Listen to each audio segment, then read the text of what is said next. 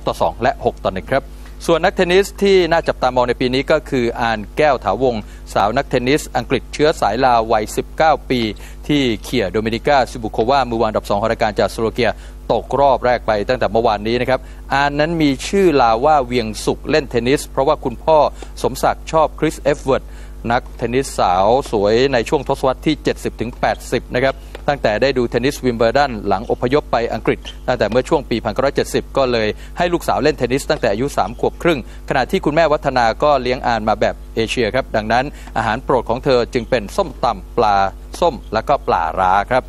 การร่วมแข่งขันเทนนิส PTT พัทยาโอเพ่นครั้งแรกก็ทำให้อานแก้วถาวงนี้ยังไม่มีแฟนเทนนิสรู้จักเธอมากนักคุณพ่อสมศักดิ์กับคุณแม่วัฒนาก็เลยขอเชิญชวนแฟนเทนนิสมาช่วยเชียร์น้องอานกันด้วยครับ